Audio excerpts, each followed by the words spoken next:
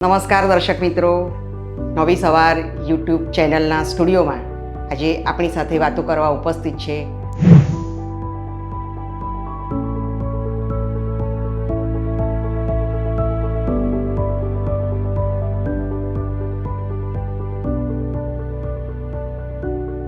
વિશ્વ પ્રવાસી પ્રીતિ સેન ગુપ્તા. પ્રીતિબેન, આપનું હાર્દિક સ્વાગત કરું છું. Thank you. નમસ્તે. પ્રીતિબેન મૂળ અમદાવાદના છે. લગ્ન કરીને અમેરિકા ગયા, ત્યાં સ્થાયી થયા. ત્યાં એમને ઘર અને દેશ ખૂબ યાદ આવતા હતા, એટલે એમણે ફરવાનું નક્કી કર્યું અને એમાંથી એમનો પ્રવાસનો શોખ જન્મ્યો. પ્રીતિ સેન ગુપ્તાએ આજ સુધીમાં 114 દેશોનો પ્રવાસ કર્યો છે. એમાં ઓસ્ટ્રેલિયા, જાપાન, કેનેડા, ચીન, હોંગકોંગ, થાઈલેન્ડ, બાલી એવા અનેક દેશોનો. અને આ બધા દેશોમાંથી કેટલાક દેશોમાં તો પ્રીતિબેન એકથી વધારે વખત પણ ગયા છે. પ્રીતિબેન માત્ર પ્રવાસી નથી, એ સાહસિક, જાગૃત અને સંશોધક પ્રવાસી છે. એમણે પ્રવાસ દરમિયાન એમની પ્રવાસની નોંધો પણ તૈયાર કરી અને એમાંથી પછી પ્રવાસ વર્ણનો એટલે ગુજરાતી સાહિત્યને પ્રીતિ સેન ગુપ્તાના પ્રવાસ વર્ણનો નિબંધો પણ પ્રાપ્ત થયા છે. એટલે એક વિશ્વ પ્રવાસી મહિલા.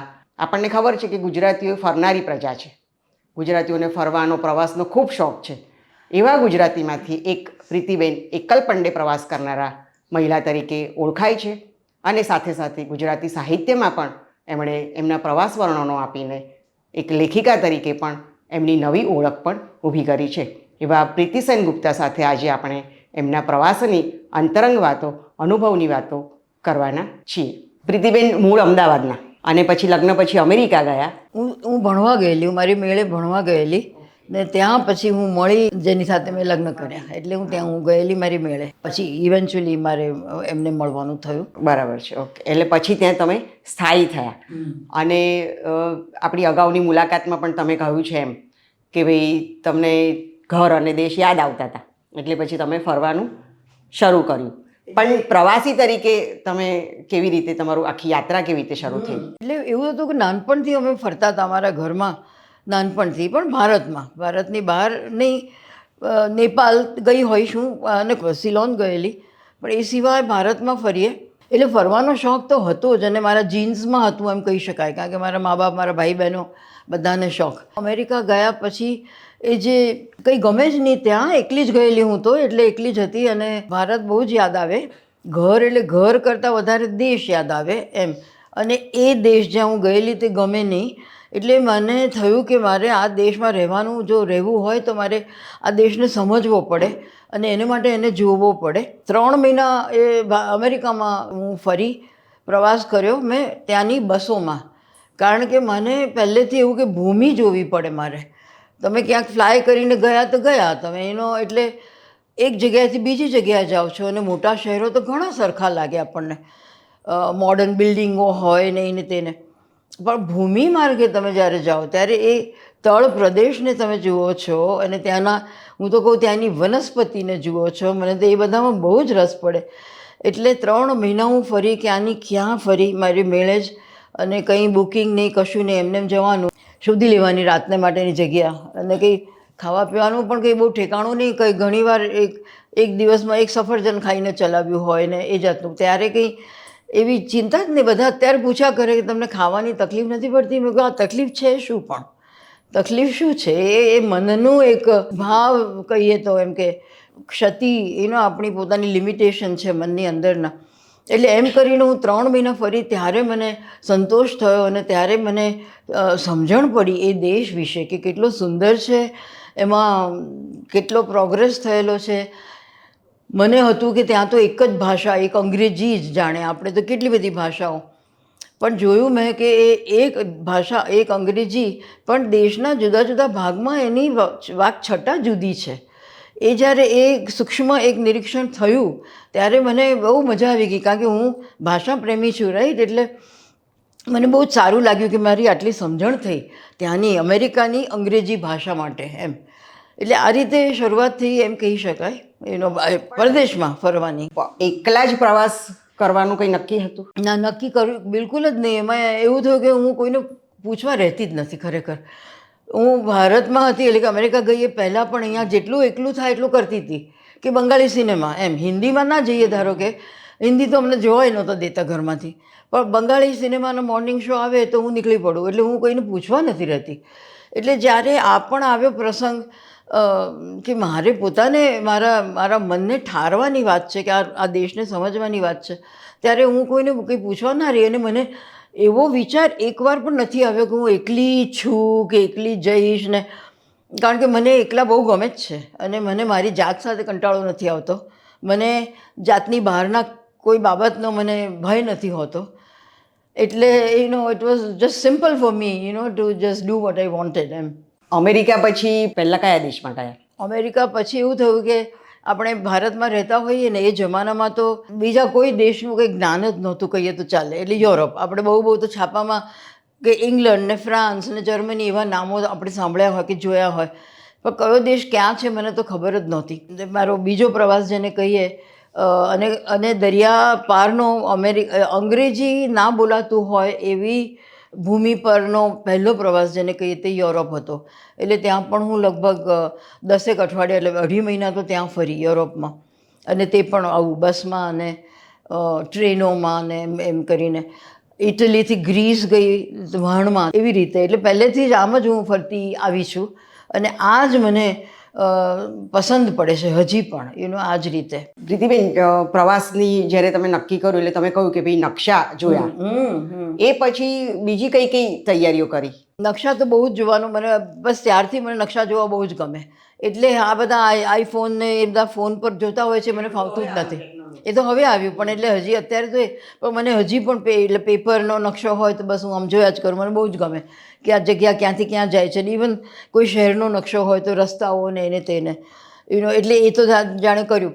એટલે શરૂઆતની 1 કે 2 મુસાફરી દરમિયાન મેં એ જગ્યાઓ વિશે ચોપડીઓ વાંચેલી કે એ વખતે ફ્રોમરની ચોપડી આવતી હતી. ગાઈડ બુક તો ગાઈડ ના કહીએ આપણે પણ વર્ણન તે દેશો કે અમુક શહેરોનું વર્ણન એમાં ચોપડીમાં આવે એટલે એ હું વાંચ્યું એટલે જે શહેર વિશે વાંચ્યું એટલે મને થાય ઓહો અહીંયા તો જવું જ છે એ જાતનું એટલે બિલકુલ મારું ચિત્ત પ્રવાસીનું જ જાણે થઈ ગયેલું કહીએ તો.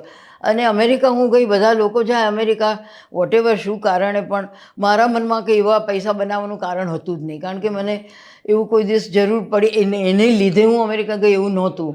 એટલે મને કંઈ બહુ નોકરી કરવામાં ને કરિયર કરો ને એમાં રસ નહોતો પહેલેથી. એટલે આ મને બહુ સૂટ થઈ ગયું કે 6 મહિના હું એકલી હતી ત્યારે 6 મહિના નોકરી કરતી હતી ને પછી નોકરી છોડીને 6 મહિના ફરતી હતી. એવું મેં 3 વખત તો કર્યું. પછી મારા વર સાથે સેનગુપ્તા, ગુજરાતમાં આ અટક કોઈ સરખી બોલી નથી શકતું પણ સેનગુપ્તા અટક છે બંગાળની અને એવી રીતે દેવગુપ્તા, દાસગુપ્તા એવી અટકો પણ હોય છે એટલે મારી અટક સેનગુપ્તા છે. તો એની સાથે ઓળખાણ થયેલી ને પછી અમે પરણવાનું નક્કી કર્યું અને એ પણ ત્યાં ભણવા જ ગયેલો હતો એટલે PhD ને બધું કર્યું એણે અને પછી નોકરીને શરૂ કરેલું. પછી અમે લગ્ન કર્યા પછી એણે મને કહ્યું કે કંઈ 6 મહિના કે વોટેવર નોકરી કરવાની જરૂર નથી કે I take care of you. મેં કહું બહુ સારું ભાઈ. હા, મેં કહું મારે ક્યાં નોકરી કરવી જ છે તે બિલકુલ. એ તો મને હતું જ કે મારે કંઈ નોકરીમાં સમય નથી જ ગાળવો કારણ કે એમાંથી શું મને મળે. ધારો કે કરિયર તો કરોડો લોકો કરે છે પણ આ જે સેટિસ્ફેક્શન મને મળ્યું, મનનો જે આનંદ મળ્યો અને એ શાશ્વત થઈ ગયો. એ જે આનંદનો ભાવ છે તે હું એમ જ કહું કે ભાઈ મારા મનમાં આનંદ હોવો જોઈએ કંઈ પણ બાબત. એટલે હું મનને સમજાવતા, મનને વાળતા પણ શીખી ગઈ કારણ કે દુઃખ તો થાય જ સહેજ પણ કોઈ પેલો છોકરો ચંપલ વગરનો છોકરો ભીખ માગતો હોય તો મારો જીવ બળે એટલે જીવ તો બળે જ ઘણી બાબતમાં પણ પછીથી તમારે એને મનને ઠેકાણે સર લાવવું પડે. ખાસ કરીને કોવિડ દરમિયાન તો બધે જ આખી દુનિયાને એવું કરવું પડ્યું કે ભાઈ આપણું મન જરાક ઠેકાણે લાવો નહીં તો ગાંડા થઈ જઈશું. એટલી બધું દુઃખ હતું એ વખતે.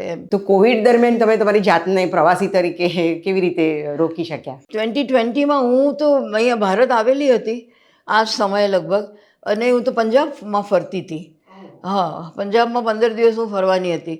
અને પછીથી મારા વર સાથે વાત થઈ એ કે આવી જાતનું બધું કંઈક શરૂ થઈ રહ્યું છે એટલે કે તું વહેલા પાછા એટલે ટાઈમસર પાછી આવી જઈ શકીશ એમ. એટલે હું તો હતી પટિયાલામાં અને પતિયાલાથી લુધિયાના, અને પછીથી ત્યાંથી ટેક્સી કરીને હું ચંદીગઢ ગઈ, ને ત્યાંથી પ્લેન લઈને અમદાવાદ આવી. મેં કહું અમદાવાદમાં મને 2 કે બહુ તો 3 દિવસ જોઈએ ટુ વાઇન્ડ અપ ને એમ કરીને. એટલે હું જલ્દી પાછી ગઈ અને એ સારું થયું, કારણ કે તરત જ 2 દિવસ 3 દિવસમાં બધું બંધ થવા માંડેલું. એટલે હું લોભ કરીને અહીંયા રહી ગઈ હોત તો શું કે 3 મહિના 4 મહિના, લોકો 6 મહિના અહીંયા અટવાઈ ગયા. અને અમે તો 2 જણ છીએ, તો મારો વર ત્યાં એકલો હોત, હું અહીંયા એકલી હોત ને, it would been very hard.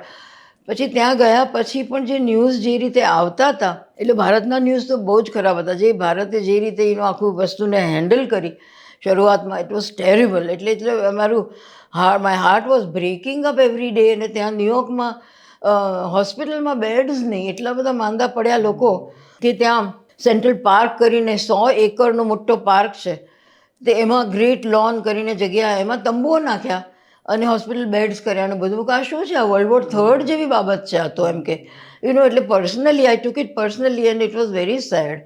I wrote some poems in English, actually I wrote in English more. પણ પછીથી પણ બન્યું એવું, બોલો, ફ્લિપ સાઇડ. એક તરફ the heart is breaking because of this grief, અને બીજી બાજુ I started writing a new novel, second novel. અને એ નોવેલ ન્યુયોર્કમાં બેઝ તો છે જ, but the characters are so hopeful and generous hearted and affectionate toward each other. એટલે મેં કહું આ કઈ રીતે થાય છે? કોન્ટ્રાસ્ટ છે આખો. પણ એ રીતે I think I survived because of this positive story writing, novel writing. એ વખતે તમે એક પ્રવાસી તરીકે તમે પ્રવાસી તરીકે એટલે 2020માં અને 21માં તો કશું જવાયું હતું નહીં. બરાબર છે. પછી 22માં I came to India also and went to some other places. I started travelling again. એટલે 1 વર્ષ જ ના થયું. અને એવું નથી કે આઈ બીકમ રેસ્ટલેસ કે એવું ના, મને ઘરમાં બહુ જ ગમે છે, બહુ જ. એટલે સવારથી રાત સુધી હું ઘરમાં બેઠી હું, મને એવું થાય જ નહીં કે હું ક્યાંય નથી ગઈ એમ. એટલે it was fine for me not to be going travelling somewhere, it was fine. Pritiben, નકશા સિવાય પ્રવાસમાં જવા માટે બીજી કઈ કઈ તૈયારીઓ તમે કરો છો? બસ મેં જેમ કહ્યું તેમ પહેલાં તો હું વાંચતી હતી ચોપડી, હજી પણ વાંચીએ આપણે, વિચારીએ. હવે તો મેં કહ્યું તેમ ઘણી બધી જગ્યાએ હું બહુ જ વાર ગઈ ને. લેટ્સ જાપાન 10 વાર ગઈ, કે સાઉથ આફ્રિકા 7 વાર ગઈ, કે 8 વાર ગઈ, મને હવે યાદે નથી. ત્યાં જવું પછી મારા ફ્રેન્ડ્સ કે ના 7 નહીં 8મી વાર આવી તું એમ, એ જાતનું. એટલે અને મારે ઘણી બધી જગ્યાએ મિત્રો છે. એટલે હવે મેં નક્કી કર્યું છે કે જ્યાં મિત્રો છે ત્યાં બસ જઈને મળી આવવું, એવી રીતે. એટલે જગ્યા તો જોઈ લ્યો, પણ છતાં જ મિત્રોને મળવા જવું છે. અને મને એવું પણ નથી કે એકવાર જોયું છે એટલે ફરી ના જવાય.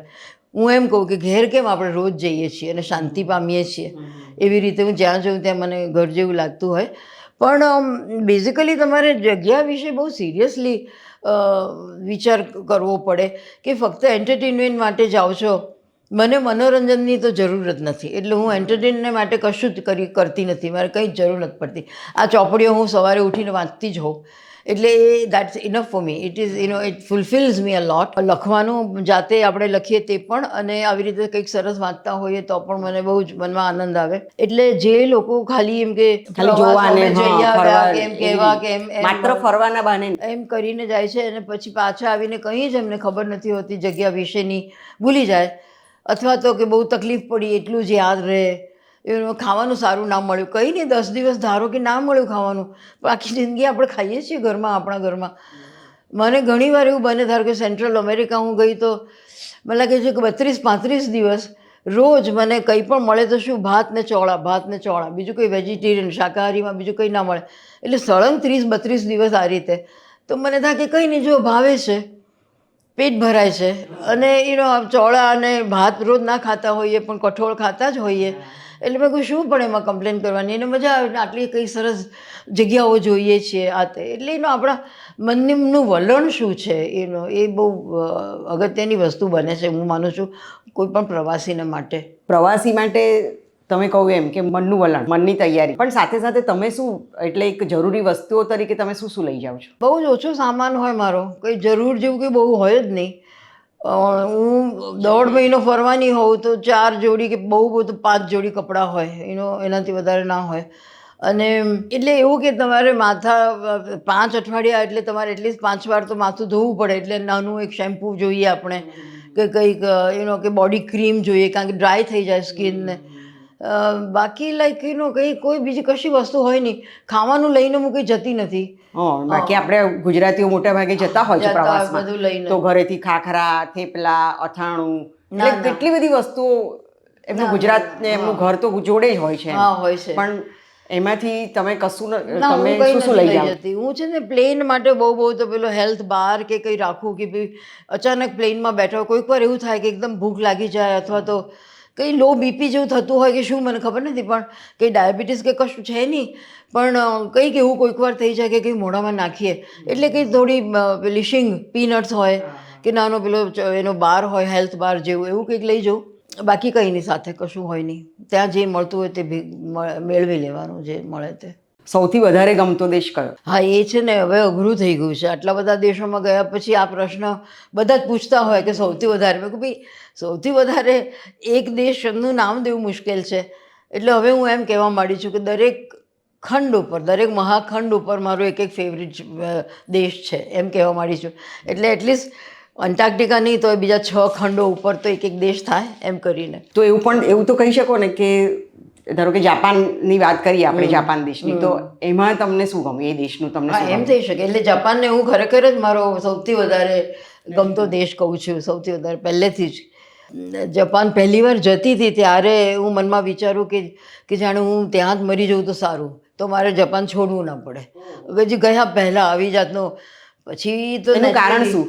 એનું કારણ શું એ ગમવા? હા, એટલે એ જોયો પણ નહોતો દેશ ત્યારે. આવો ભાવ કેમ થાય કે વાંચ્યું હોય એને વિશે અને એના લેટ્સ સે ફોટા જોયા હોય ત્યાંના જે મંદિરો, એટલે બુદ્ધિસ્ટ મંદિર કે ત્યાં તાઓ ને શિન્ટો એ ધર્મોના મંદિરો હોય એટલે આપણા મંદિરો કરતાં જુદા પડે ને ત્યાંની જસ્ટ મને બહુ બ્યુટિફુલ લાગે આમ તો ફોટા પરથી. અને એવું પણ ખરું કે એ જાપાનમાં એક સંયોજન છે ટ્રેડિશનલિઝમ અને મોડર્નિટીનું. એક તરફ જાપાન બહુ જ ટ્રેડિશનલ છે અને બીજી તરફ ખૂબ જ મોડર્ન, આધુનિક છે એકદમ. એટલે એ કોમ્બિનેશન મને બહુ ગમે. એટલું મોડર્ન છે છતાં પણ જે એ લોકોનું જે અમુક રિવાજો હોય કે અમુક વર્તન હોય એ બધું એવું ઓથેન્ટિક પહેલાંની જેમ રહેલું છે. એટલે પછી હું ગઈ ત્યારે મારે જાપાનીઝ મિત્રો હતા એકચ્યુઅલી. એટલે હું તો એકલી જ ફરતી હતી, એકલી જ હતી, પણ જ્યાં મિત્રો હતા ત્યાં એ લોકો મને સજેસ્ટ કરતા હતા. અને એક મિત્ર તો બહુ સારા હતા. એ કે હું મારી બહેનને ત્યાં તું જઈશ? મેં કહું હા હું જઈશ એમ કરીને. એટલે મને એવી રીતે કોઈ એમના બહેનને ત્યાં કે એમના કોઈ બીજા મિત્રને ત્યાં મોકલે કે તમે જશો? મેં કહું હા હું જરૂર જઈશ. એટલે એ રીતે એકલી પણ ફરી હું છેક નોર્થથી સાઉથ સુધી હું તો મારી મળે ટ્રેનોમાં ને એમ ફરી. પણ જ્યાં મિત્ર હતા ત્યાં એ લોકોની સાથે પણ મને કંપનીમાં પણ રહેવા મળ્યું. એ લોકોની ત્યાં એ લોકોને ઘેર પણ મને રહેવા મળ્યું. એ બધાને નવાઈ લાગે કારણ કે જાપાનમાં જનરલી કોઈ ઘેર બોલાવતા નથી, નાના હોય છે ઘરોને સાદા. પણ હું તો બધે મને તો ઘરમાં જ મારા જ્યાં મિત્રો હોય ત્યાં ઘેર જ મને બોલાવતા હોય છે એ લોકો. અને મને એમ કહે કે તું તો અમારા જેવી જ છું, ન્યુયોર્કમાં શું કરવા રહેશે, ટોક્યોમાં રહી જા ને. એટલે વર્તનની રીતે દેખાવની રીતે તો આપણે જુદા પડીએ જ, પણ આપણી જે અંતર ચેતના હોય, આપણું જે અમુક વર્તન હોય, વલણ હોય, એના પરથી એ લોકોને એમ લાગે કે અમારા જેવી જ છું તું એમ. એટલે મને આવું જ્યારે બીજા દેશના લોકો કે બીજા સમાજના લોકો આપણને પોતાના ગણે ને એકદમ અજાણ્યા જ કહેવાય નહીં, અજાણ્યો જ સમાજ, ત્યારે મને મને બહુ સારું લાગે, બહુ સંતોષ થાય કે ભાઈ આ કે એમાં એને કારણે હું જે ઇન્ડિયન તરીકે હું જે છું તે કશું જતું નથી રહેતું, પણ વિશ્વનું બીજું બધું ઉમેરાય છે મારામાં. એ મને બહુ જ અગત્યની બાબત લાગે છે કે ભાઈ મારામાં એક વિશ્વનું એક તત્વ ઉમેરાતું જાય છે બધેથી. આવો અનુભવ બીજા કયા કયા દેશોમાં થયો છે તમને કે જે દેશોના લોકોએ, તમારા મિત્રોએ તમને એમના ગણ્યા છે? બધે જ. મને આર્જેન્ટિના એ મારો બીજો બહુ જ પ્રિય દેશ છે. આર્જેન્ટિના હું 7 વાર 8 વાર ગઈ ત્યાં પણ.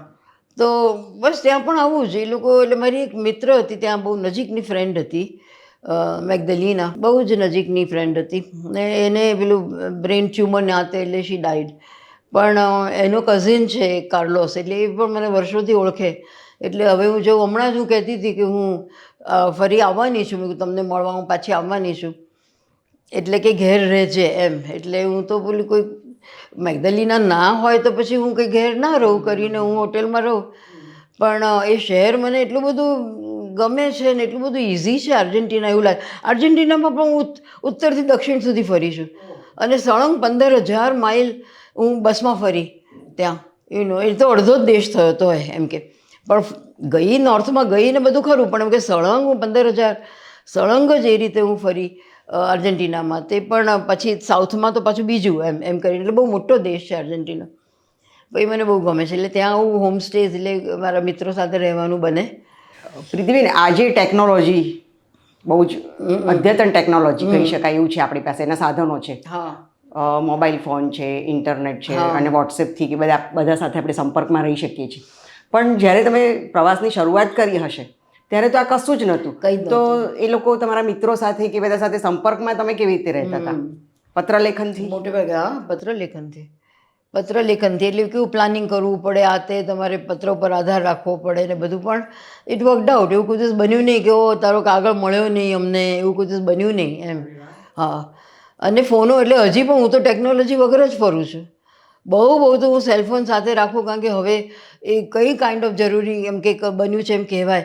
પણ આઈપેડ ના હોય ને કશું ના હોય, હું તો ઘડિયાળ પણ ના લઈ જાઉં ને કંઈ નહીં. I just guess the time એ જાતનું. એટલે I want to be free.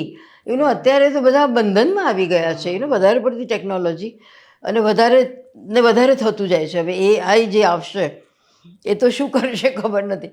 એટલે એ રીતે એટલે હું ઘણીવાર કહું કે હું તો ભાઈ વિક્ટોરિયન છું, એટલે કે 19મી સદીની છું એમ. તો મને બહુ ગમે કે 21 સમય આગળ જાય છે પણ હું પાછળ જતી હોઉં છું શાંતિથી. મને બહુ ગમે છે.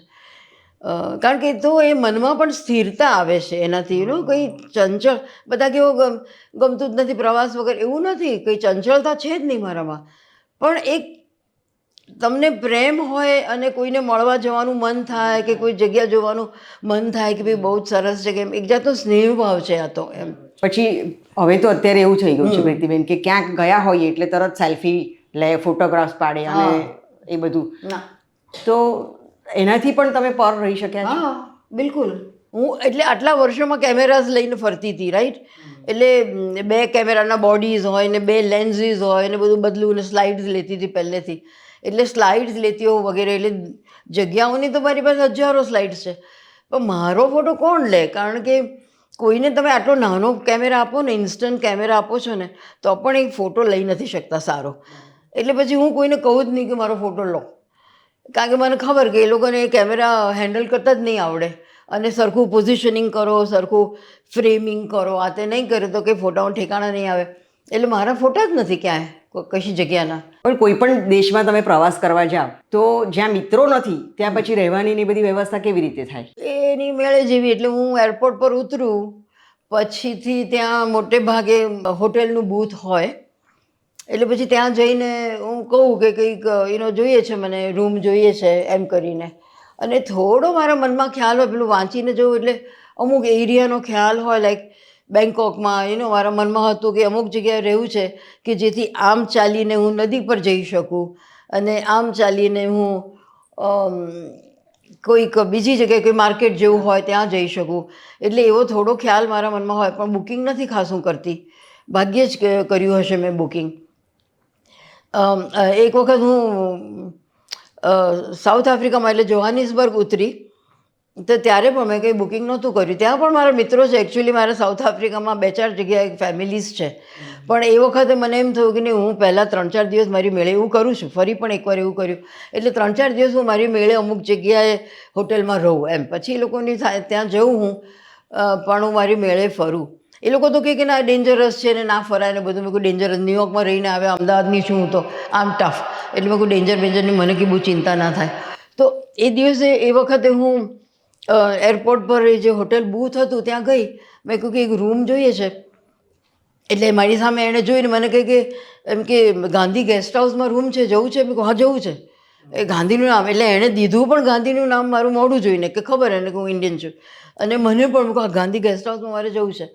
અને એ ગેસ્ટ હાઉસ એટલે શું હતું? એ ઘર જ છે. ને સ્વિમિંગ પુલમાં સ્કૂલના છોકરાઓને અઠવાડિયામાં 2 દિવસ 3 દિવસ સ્વિમિંગ કરવા માટે એ લોકો ઇન્વાઇટ કરે ને બધું. હવે એ ઘર ઓરિજિનલી એક યહૂદી સ્વિસ ભાઈનું માણસનું હતું, એક સ્વિટ્ઝરલેન્ડના એક માણસ. અને એ ગાંધીજીના ખાસ મિત્ર હતા. ને ગાંધીજી એ ઘરમાં ઘણું રહેલા. ને પછી તો એ વેચાઈ ગયું હશે, કોઈ બીજાએ લીધું, પણ એનું ગેસ્ટ હાઉસ બનાવ્યું ને ગાંધી ગેસ્ટ હાઉસ નામ આપ્યું. એટલે ત્યાં મેં રૂમ લીધેલો અને ત્યાં એક રૂમ એવો એ લોકોએ ખાલી રાખેલો મેડિટેશનને માટે, અને ત્યાં ગાંધીજીના પોસ્ટર્સ મૂકેલા, એમના વાક્યો મૂકેલા, અને તમે બસ બેસીને વાંચવું હોય તો વાંચો, પણ નહીં તો મેડિટેટ કરો, વિચારો, એમ એવી જાતનું. મેં કહ્યું આ તો બહુ તમને અચાનક આવી સરસ જગ્યા મળી ગઈ કહેવાય એમ. એટલે એવું કોઈ વાર બની જાય. પ્રીતિબેન, ઉત્તર ધ્રુવનો પ્રવાસ કરનારા ભારતના પ્રથમ મહિલા, અને ત્યાં એટલું શું કહેવાય કે બહુ સાહસ જોઈએ એના માટે. ભૂમિની બહાર છીએ એટલે પૃથ્વીનો ગોળો ખરો, પણ એ જમીનની બહાર છીએ. આ દરિયો એટલે જે અપર આર્કટિક ઓશન છે એ તો ફ્રોઝન છે, એટલે બરફનો બનેલો દરિયો છે. જો વિચાર કરી શકો તમે કે દરિયો કઈ રીતે થીજી જાય, પણ આ તો ઉત્તર ધ્રુવનો પ્રદેશ છે, એટલે પાણી પણ થીજી ગયું હોય ને એના ઉપર સ્લેજીસ લઈને અમે ગયા, સ્લેજીસમાં ગયા.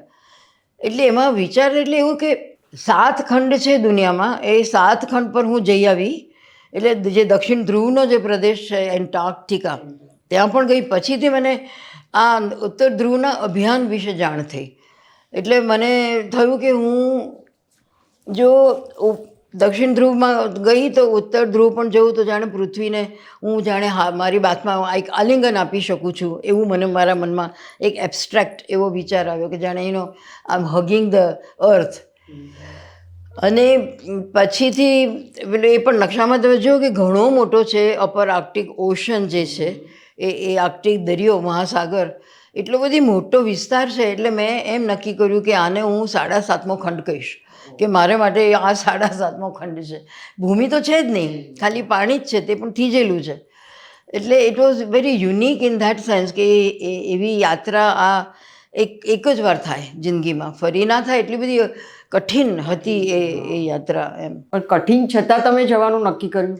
કઠિન કેટલી હશે તો ખબર કઈ રીતે, એટલે મને એમ કે બસ આમ મુસાફર તરીકે કહો કે બસ મને એમ કે આ 7.5મો ખંડ અને મારે એ અપર આર્કટિક પર જવું છે કરીને. અને ત્યારે તો ખબર નહીં કે કેટલી ઠંડી હશે. એ લોકો બધું ગિયર આપે તમને, કારણ કે આપણી પાસે તો હોય જ નહીં એવા કંઈ સ્વેટર કહો કે શાલ કહો, આવ્યું કશું ચાલે જ નહીં. એટલે એ લોકો બધા જાડા જાડા એના સ્ટફ્ડ પેન્ટ્સ આપે ને એવા સ્ટફ્ડ ગ્લવ્સ ને એ બધું આપે. ને તો પણ ઠંડી તો ખરી જ, કારણ કે એ તો -70 ડિગ્રીઝ હોય ત્યાં. એટલે તમે જ પોતે બરફ બની ગયા હોય એના જેટલી ઠંડી, એટલી બધી ઠંડી. અને આંગળીઓ, પગની અને હાથની આંગળીઓ તો ઠંડી જ રહે. હું 2 મોજા પહેરતી હતી, 2 જોડી મોજા પહેરું, અને પછી એ લોકોએ જાડા બૂટ આપેલા, બૂટ પહેરીએ, પણ છતાં ઠંડીનો ભાવ તો રહે જ, અને હાથમાં પણ.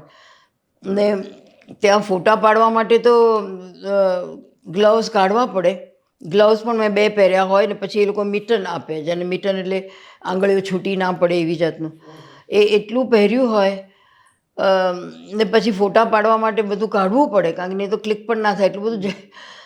એ વખતે 20 સેકન્ડ 30 સેકન્ડની અંદર આંગળીઓ થીજી જાય, અને આ ટચલી આંગળી તો જાણે લાકડાની બની ગઈ હોય ને એવું લાગે. સેન્સેશન જ જતું રહે. એટલે મને બહુ બીક લાગે. એ વખતે થયું હતું કે કદાચ આ કાપવી ના પડે, એટલું બધું. પણ પછી ઓફકોર્સ થઈ જાય થયો એટલે આમ. પણ રાત દિવસ ઇગ્લુમાં, ઇગ્લુ તો નહીં પણ ટેન્ટમાં, ઇગ્લુમાં એક રાત હું રહેલી. પણ એ બધા કે ઇગ્લુમાં ગરમાવો કશો નહીં, એટલે બહુ જ ઠંડી. અભિયાન હતું, એક્સપિડિશનમાં ચાલતું હતું ત્યારે તો તંબુ નાખતા હતા, એટલે બરફની જ પથારી.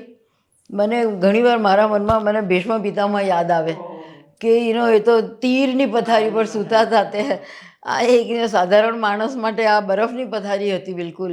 પણ એક જિંદગીનો એકદમ યાદગાર અનુભવ અને રોમાંચ. વિચાર પણ ના આપણે કર્યો હોય એવું કંઈ અસામાન્ય, કંઈ અસાધારણ આપણી જિંદગીમાં બને તે આ. કારણ કે ત્યાં કંઈ આખો કશું નથી નો પ્રદેશ, કંઈ જ નહીં. એક સફેદ, એટલે સફેદ બરફનો એક સફેદ રંગ. અને અમે નસીબદાર હતા કે આકાશમાં થોડો બ્લુ, કોઈ એટલે બ્લુ દેખાતો હતો, બાકી કંઈ જ નહીં. અને કંઈ અવાજ નહીં, કંઈ જ નહીં. એટલે એ અનુભવ તો આપણને આ સાધારણ જિંદગીમાં તો મળી જ ના શકે એમ.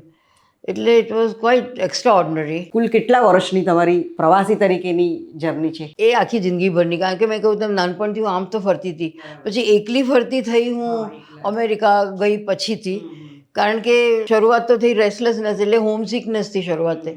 અને પછી એકદમ જેને કંઈ ક્યુરિયોસિટી, એનું કુતૂહલ અને વિસ્મય, એ આનંદની જેમ જ બીજું જે સંવેદન છે મારા મનમાં અગત્યનું સંવેદન, તે વિસ્મયનું છે કે દરેક રોજે રોજ ને કશી પણ બાબતમાં આવીનો વિસ્મય થયા કરે મને. એટલે એક જાતની મનમાં ફ્રેશનેસ રહે છે. આ તો જોયેલું છે, હવે આ તો હવે ઠીક છે, એવું કશું નહીં મારે મનમાં, એવું ઠીક છે જેવું કંઈ નહીં. અને આપણા લોકોને કે કદાચ બધી દુનિયાના બધા લોકોને એમ થાય આ છે તે છે, એમાં આપણે શું તો હું કહું કે મને બધું છે એમ. આપણે શું એટલે શું, પણ એટલે આઈ એમ ઇન્વોલ્વ વિથ એની સોસાયટી. જ્યાં જવું ત્યાંની સોસાયટી સાથે મારે એને સમજવું તો હોય જ છે, પણ એમાં મારે એમ્પથાઇઝ કરવું હોય છે, એનું કોઈ ડિસ્ટન્સ નથી રાખવું હોતું એમ, જોડાવું હોય છે. હા, મારે એકરૂપ થવું હોય છે એની સાથે. કોઈ એવા દેશમાં તમને એવો અનુભવ થયો કે તમને બીક લાગી હોય, ભય લાગ્યો હોય? એવું ખરેખર, કારણ કે હું તો ઇસ્લામિક દેશોમાં પણ ગઈ છું. બધું ચાલુ ને, હું તો મુસાફર છું એટલે હું ચાલતી હોઉં. હું જતી હતી એક રસ્તા પર ચાલતી ને, થોડો ઢાળ હતો. ઢાળ હોય એટલે આપણે આમ નીચે જોઈને જરાક ચાલીએ ને, પછી થોડીક વાર પછી આમ લાગે કોઈ આપણી સામે જોતું હોય ને, આપણને ખ્યાલ આવે કે કોઈ જોયું. એટલે એવું લાગ્યું હશે મને, એટલે મેં આમ ઊંચું જોયું તો શ્યોરલી રાઇફલવાળો સૈનિક ઊભેલો હતો ત્યાં. હવે હું એક તો એકલી સ્ત્રી હોય અને બ્રાઉન રંગની હોઉં પાછી, એટલે આરબ છું, મુસ્લિમ છું, કોણ છું, ક્યાંની છું, બધું થયા કરે મનમાં. અને એકલી સ્ત્રી શું કરવા ફરે છે, શું કરવા, એ જ નથી સમજતું. દુનિયામાં મોટાભાગના દેશોમાં કોઈ નથી સમજતું, ખાસ કરીને આપણા રંગવાળી. એટલે મને ઘણી જગ્યાએ આપણા ભારતમાં પણ મને કે ગોરી લડકી કો ઘૂમતે દિખા હૈ, અકેલી ઘૂમતે દેખા હૈ, મેં કહા કાલી ભી ઘૂમતી હૈ, એવું કહેવું પડે. એટલે બીજા પણ દેશો, જેમ કે આ ઇસ્લામિક દેશોમાં એવું થાય કે એકલા કેમ ફરે, એકલી છોકરી ત્યાં ફરતી ના હોય ને. મોરોક્કોમાં પણ દિવસના ટાઈમે, રાતે તો હું બહાર ના નીકળું એવું ખાસ, પણ દિવસના ટાઈમે ત્યારે પણ લોકો પૂછે કે આયુ મુસ્લિમ, કારણ કે મુસ્લિમ છોકરીઓ તો એકલી ફરે જ નહીં.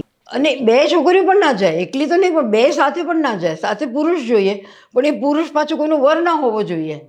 એ ભાઈ હોય, કઝિન હોય, બાપ હોય, પણ એનો વર સાથે પાછું ના નીકળાય બહાર, આ જાતનું. અને અહીંયા હું ખુલ્લે માથે આમ તેમ ફરતી હોઉં, એટલે મને સદભાગ્યે કોઈએ મને એવી હેરાન નથી કરી કે નહીં તો તમને હવે મારામાં શું જોર હોય, કોઈ પકડીને લઈ જઈ શકે, ખેંચીને લઈ જઈ શકે એમ. પ્રીતિબેન, તમે આપણી વાતોમાં કહ્યું કે ભાઈ ચાલો છો પ્રવાસ કરતી વખતે, તો કેટલું આશરે ચાલવાનું રોજનું થાય એવું કંઈ ખરું? એટલે હું તો પેલું શું ફિટબીટ ને એવું બધું કશું પહેરતી નથી, પણ હું 6 કલાક ચાલું, દિવસના 8 કલાક ચાલું, ચાલતી જ હોઉં, ચાલીને જ ફરતી હોઉં, એટલે આખો દિવસ ચાલતી જ હોઉં.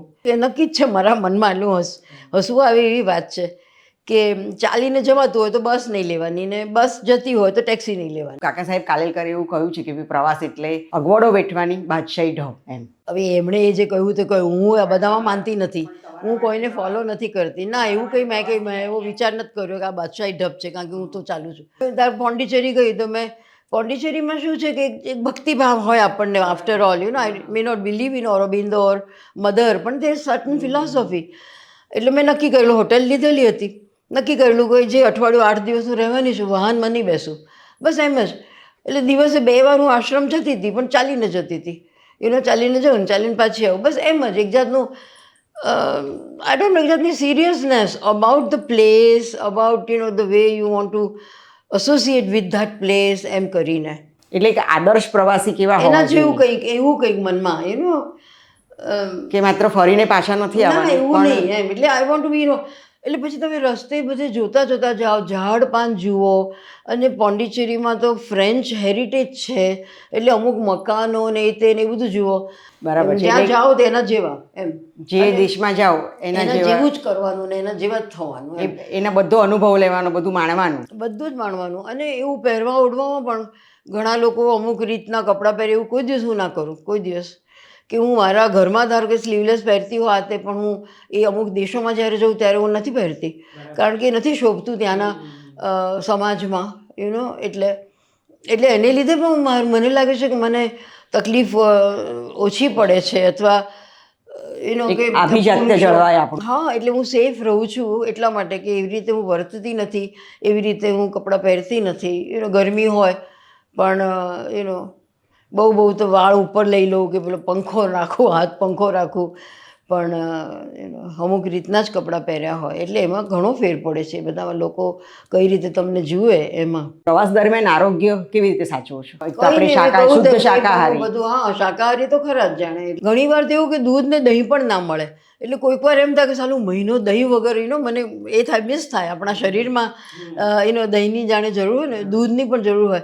પણ ધારો કે લેટ્સ સે સેન્ટ્રલ અમેરિકા જેવા દેશમાં દૂધ દહીં મળે જ નહીં તમને જલ્દી. પાવડર, દૂધનો પાવડર મળે પણ એમ કે એવું, એટલે એ રીતે. પણ એ તો ચલાવી થોડોક વખત હોય એ તો મને કંઈ બહુ તકલીફ, મને બહુ વાંધો નથી આવતો. તો બધા મને પૂછે કે તમે કેમ ફરો છો? ફોર ફન, કે હો યુ ટ્રાવેલ? મેં કહું ના, ફન માટે તો નહીં જ. એને બહુ તો આનંદ માટે, ખરેખર તો આનંદ માટે, મજા માટે નહીં એમ. પછી હું વિચારતી હતી કે oh it's my love, it's my life, it's my philosophy, it's my religion. ને પછી મને એકદમ ખ્યાલ આવ્યો કે આ તો પ્રેમ લક્ષણા ભક્તિનું સ્વરૂપ છે. કારણ કે પ્રવાસ તમે જાઓ છો ક્યાંક તો એ શું છે, જગ્યા છે. એ જગ્યા તો લાઈફલેસ એટલે ઇનએનિમેટ છે, પણ ત્યાં સમાજ છે. એટલે એનો સ્થળ અને જન સમૂહ એમ. અને રિલિજન, ધર્મ એટલે શું કે તમે કશાકમાં, ઈશ્વરમાં કે ગમે તેમાં તમે માનો છો. આપણે આપણો માન્યતા મૂકીએ, આપણો વિશ્વાસ મૂકીએ છીએ. હા, તો પછી પ્રવાસ પણ જો માં તમે, હા, શ્રદ્ધાનો કે એમાં હું પ્રવાસ એટલે કે ત્યાંના જીવનમાં હું માનતી હોઉં તો પછી આ ધર્મ જ થયો. અને હું વૈષ્ણવ એટલે મને થાય કે અમારી પ્રેમ લક્ષણા ભક્તિ છે. વાહ વાહ વાહ. પ્રેમ લક્ષણા ભક્તિમાં આપણે એવું કહી શકીએ કે સમર્પણ હોય જ્યાં પણ તમે જાઓ. એ પણ ખરું કે તમે તમારી જાતની બહાર નીકળી જાઓ. અને આપણો જાતનો ભાર લઈને કંઈ જવું પડે એવું નથી જરૂરી. અરે વાહ. આપણે ઇન્ડિયન છીએ, આપણે ઇન્ડિયન તો છીએ તો શું છે, પણ એ ઇન્ડિયનનેસ મારી જવાની નથી ને ઘસાવાની પણ નથી. તમારી પ્રવાસના આટલી મોટી લાંબી યાત્રામાં અને હજી પણ તમે કહ્યું એમ આજીવન પ્રવાસી રહેવાના છો તમે, તો તમારા ઘરમાંથી એટલે કે પતિદેવનો કેટલો સહકાર? બધો જ વળી, કેમ નહીં, એ તો પૂરેપૂરો સહકાર એનો. એમની સાથે પ્રવાસ કર્યા છે? ના, કર્યા છે, પ્રવાસ કર્યા છે. એ પોતે પ્રવાસી નથી, એને પ્રવાસમાં રસ નથી, કોઈ જગ્યામાં એવો ખાસ રસ નથી. પણ સાથે અમે ઘણી જગ્યાએ ગયા છીએ, એવું નથી. એટલે એને પોતાનાથી તે બહુ તકલીફ ના લેવાય. જ્યાં જઈએ ત્યાં બુકિંગ કરીને ગયા હોઈએ એટલે લક્ઝુરિયસ, લક્ઝરી વાળું, એમ કે એને વેકેશન ગમે એમ. અગાઉથી બધી વ્યવસ્થા એ બધું જોઈએ, બરાબર, ખાવા પીવાનું એવા પ્રવાસી જોઈએ એમ. એવા પ્રવાસી છે એમ. એટલે મોટાભાગના આપણા ગુજરાતીઓ કે એવા બધા હોય કે ભાઈ આગળથી બધું પાક્કું આયોજન કરીને જવું પડે. અને તમે એકદમ આખા જુદી, એકદમ જુદું. મારું ત્યાં જઈને જે થવાનું હતું થાય. એટલે સારું છે કોમ્બિનેશનમાં. એટલે એની સાથે જવું ત્યારે એનો નિરાશ હોય અને આરામથી ખાઈએ પીએ ને એવી રીતે જવાનું. અને હું એકલી હોઉં ત્યારે બિલકુલ તળ પ્રવાસી જેને કહીએ. એકદમ જ. પ્રીતિબેન, આવું ધારો કે તમે જે કહો છો કે એકદમ જ કશું જ કંઈ પણ ત્યાં કંઈ ગોઠવણ ના હોય, તમને ખબર ના હોય કે ભાઈ મારી રહેવાની વ્યવસ્થા શું છે, અને એકદમ અજાણ્યો દેશ. હવે તમે એક કરતાં વધારે દેશોમાં ગયા છો, પણ જ્યારે પહેલી વાર ગયા હશો તો ત્યારે તમને એવી કેવી પરિસ્થિતિઓનો સામનો કરવો પડ્યો કે દરેક જગ્યાએ રહેઠાણ મળી જ ગયું છે કે કોઈ વાર રહેઠાણ ના મળ્યું હોય તો તમે શું કર્યું છે? ના, નથી મળ્યું એવું બન્યું નથી, મળ્યું જ છે. એટલે એક હોટેલમાં ના મળ્યું હોય તો બીજીમાં શોધ્યું હોય કે એવી રીતે. એટલે મને ખબર છે કે કોઈ પણ શહેર હોય ને તો ટ્રેન સ્ટેશનની આસપાસ ઘણી હોટેલો હોય છે, લગભગ બધે, એવું મેં જોયું છે. એકવાર, હા, મને યાદ આવે છે, તો હું છે તે જ્યારે મોરોક્કો ગઈ ને તો હું વાણમાં ગઈ. સ્પેન હતી એટલે સ્પેનથી મેં વાણ લીધું. તો વાણમાં જ બધા મોરોક્કોના જ લોકો હતા, કારણ કે વાણ મોરોક્કો જતું હતું. અને એમને જ્યારે ખ્યાલ આવ્યો કે હું તો એકલી ફરું છું, એકલી છું, ત્યારે એ લોકોએ ના પાડી કે મોરોક્કોમાં એકલા ન જવાય. મેં કહું હવે હું તો વાણમાં છું, દરિયાની મધ્યમાં છું, હવે પાછી હવે શું, એ તો આગળ જ જવાનું વાણની સાથે. એટલે ત્યાં તાંજિયર નામનું બંદર, ત્યાં વાણ ઊભું રહ્યું. એટલે હું ઉતરી અને ગામ તરફ ચાલવા માંડી, કારણ કે હોટેલ શોધવાની હતી. એક ત્યાંના લોકલ ભાઈ હતા, મોટી ઉંમરના જેવા ભાઈ હતા. એટલે કે તમે છે ને તો બિલકુલ તમે મોરોક્કન જેવા લાગો છો ને, એટલે તમને તકલીફ નહીં પડે. કારણ કે એ દેશની છોકરી જેવી હું લાગતી હોય ને તો એ દેશના પુરુષોને મારામાં રસ નથી પડવાનું. એવું થતું જ હોય છે બિકોઝ ઓફ ધીસ કલર. આ બધા થર્ડ વર્લ્ડના દેશોમાં હું ત્યાંની જ લાગું, એટલે કોઈને મારામાં રસ ના પડે, which is very good, which is keeps me safe. પણ એ દિવસે સાંજ પડી ગયેલી હતી ને એક બાજુ દરિયો અને આ ગામનો રસ્તો અને આ બાજુ હોટલો, એકદમ નાની નાની હોટલો આવી. એકમાં પૂછ્યું તો ના પાડી, બીજીમાં પૂછ્યું તો ના પાડી. એટલે મેં કહું હવે મારે પ્લાન બી જેને કહે ને, શું કરીશ? પછી ત્રીજીમાં પૂછ્યું તો વળી રૂમ મને આપ્યો. એનો નાનો જ રૂમ પણ ચોખ્ખું હતું, પેલો ચાદર ને બધું ચોખ્ખું હતું. ઇવન ભારતમાં આવું થયું છે. એકવાર પૂનામાં 7 હોટેલમાં હું ફરી, ત્યારે મને એક રૂમ મળ્યો. અને ઘણી જગ્યાએ તો મને મોઢે મોઢ કહી દીધું કે એકલી છોકરી હોય તો પછી બહુ તકલીફ થાય છે, અમે નથી આપવા માગતા રૂમ. હા, પૂછે કે કેટલા જણ છે, 1 જણ. પછી એમ પૂછે કે બીજું કોઈ પછી આવશે, એટલે શું પછી નથી આપતા રૂમ. એવું ભારતમાં 2-3 વાર બન્યું છે. અને પૂના અને બીજું નોર્થ ઇસ્ટમાં હું ફરતી હતી. નોર્થ ઇસ્ટમાં આસામમાં જ કોઈ બીજા ગામમાં, નાના ગામમાં આવું બનેલું કે નહીં આપીએ એમ કરીને. નહીં તો પછી ઘરના બારણા ખખડાવવા પડે, પ્લાન બી રાતે. હા, એવું કર્યું.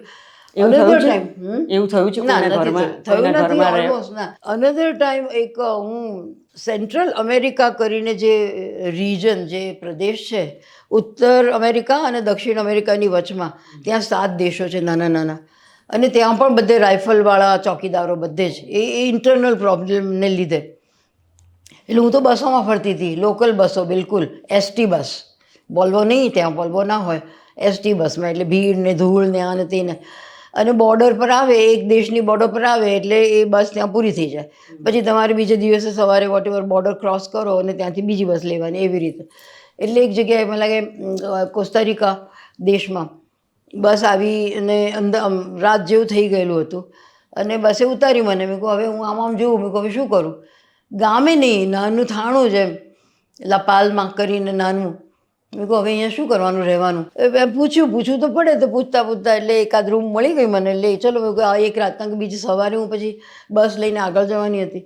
પણ ત્યારે પણ મને મનમાં થયેલું, મેં કહું નહીં કશું હોય ને તમારે અહીંયા કહેવું પડશે કે ભાઈ એકાદ મને ક્યાંક એક રાત સુવા દો. અને એ જે ગામ હતું ત્યાં ઇલેક્ટ્રિસિટી હશે એવું મને લાગે, હતી જ જોકે. પણ આપણા પોળમાં કેવું કે બધા લોકો બહાર ઓટલા પર બેઠા હોય અને વાતો, એટલે એવું ત્યાંના લોકો. હું તો પછી રૂમ મળી ગઈ, આટલો જ સામાન હોય મારો, એટલે હું પછી ગામમાં એમને એમ ચાલતી હતી. ગામ એટલે આ થાણું જ હતું, ખરેખર ગામે નહીં, થોડા જ ઘર હતા. તો બધા આવી રીતે બહાર બેસી અને ધીમે ધીમે વાતો કરતા હોય. ને પાછળ કંઈક એકાદ જગ્યાએ મેં ધીમો રેડિયો પર સંગીત થોડું ધીમું સાંભળ્યું. એટલે ઇટ વોઝ વેરી નાઇસ કે આમ અંધારું થઈ ગયેલું, અંધારું અને શાંત લાગે અંધારું, કારણ કે કંઈ ઘોંઘાટ નહોતો, કશા વાહન નહીં. મને વાહન વગરની જગ્યાઓ બહુ ગમે. હા, બહુ ગમે. એટલું સારું લાગે કે હાશ, કોઈ જાતનું એને ધમાલ નહીં ને ઘોંઘાટ નહીં. મને પેલો અમારા બિલ્ડિંગનો દરવાન પૂછે કે અમેરિકા कैसा है. मैंने कहा पहले तो ये बात कही, वहाँ कोई હોર્ન નહીં મારતા. એટલે પેલો એ તો માને જ નહીં કે એવું કેવું, તો જીવવાની મજા શું. તમે હોર્ન ના મારી શકો, ખાલી મજા ક્યાં છે. તો પછી આપણે ત્યાં તો ખાલી હોર્નો મારે.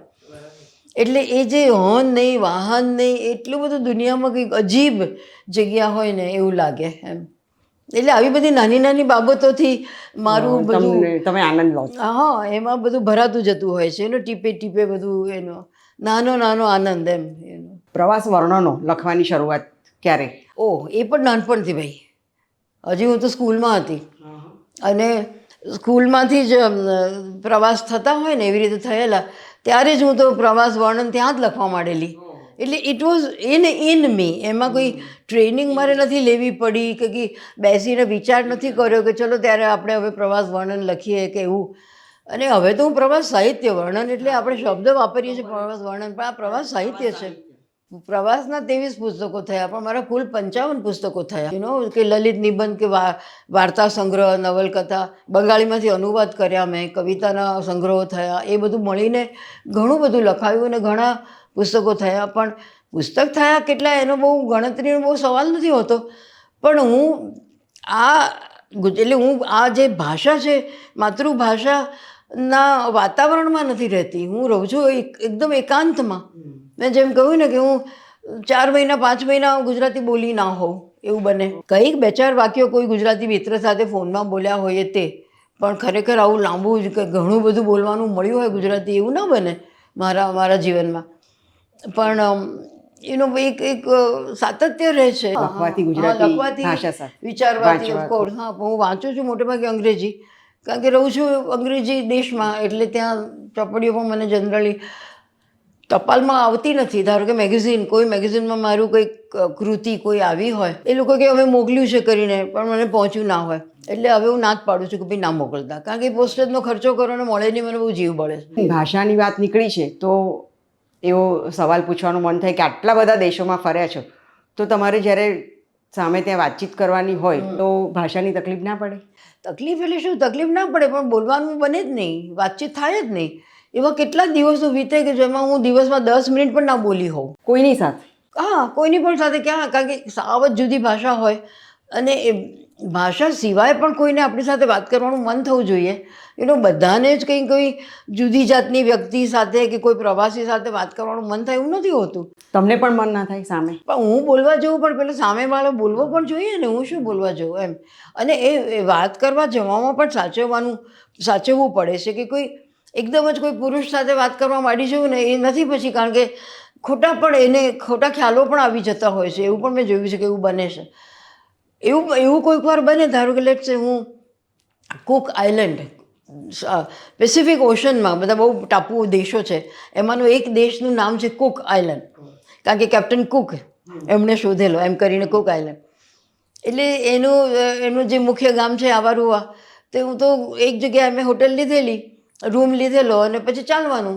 અને ત્યાં 2 બસો, એક બસ ક્લોકવાઇઝ જાય અને બીજી એન્ટી ક્લોકવાઇઝ જાય, અને 4 વાગે, બપોરે 4 વાગે બસો બંધ થઈ જાય. હા, એ પછી તમારે ચાલો કે પછી ટેક્સી લો કે જે કરવું હોય તો કરો એમ.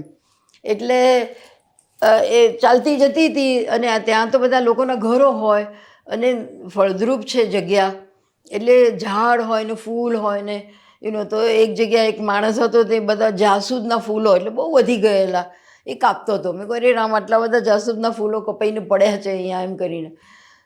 પછી બીજી સહેજ આગળ ગઈ તો ત્યાં એક બીજા દાદા હતા અને એમનો પેલો ગ્રાન્ડસન હતો, એ લોકો ઊભેલા. એટલે પછી એવી થોડી એમની સાથે હું વાતો કરું. હવે આ દેશમાં તો અંગ્રેજી બોલે છે, કુક આઇલેન્ડ એટલે તો અંગ્રેજ હતા, એટલે અંગ્રેજ સરકારનું ત્યાં થોડુંક વખત એ હતું આધિપત્ય, એટલે અંગ્રેજી બોલે પણ ખરા. એટલે થોડી એવી રીતે વાતો કરું હું, કે વેધરની વાત કરું ને વેજીટેશનની વાત કરું ને એ જાતની વાતો. પણ બહુ જ ફળદ્રુપ, એટલે બધા ફૂલની સાથે ફળ પણ ઘણા થાય એ જગ્યાએ. એટલે એવું કોઈક વાર આમ લાગે કે ભાઈ સેફ જેવું છે એનું ખોટું એ જ જગ્યાએ કુક આઇલેન્ડમાં જ એક દિવસ બધી ફેન્સી પણ હોટેલો હતી આમ દરિયા ફેસિંગ ઓશન. હું દરિયાની નજીક હતી પણ મારી સાદી હતી હોટલ.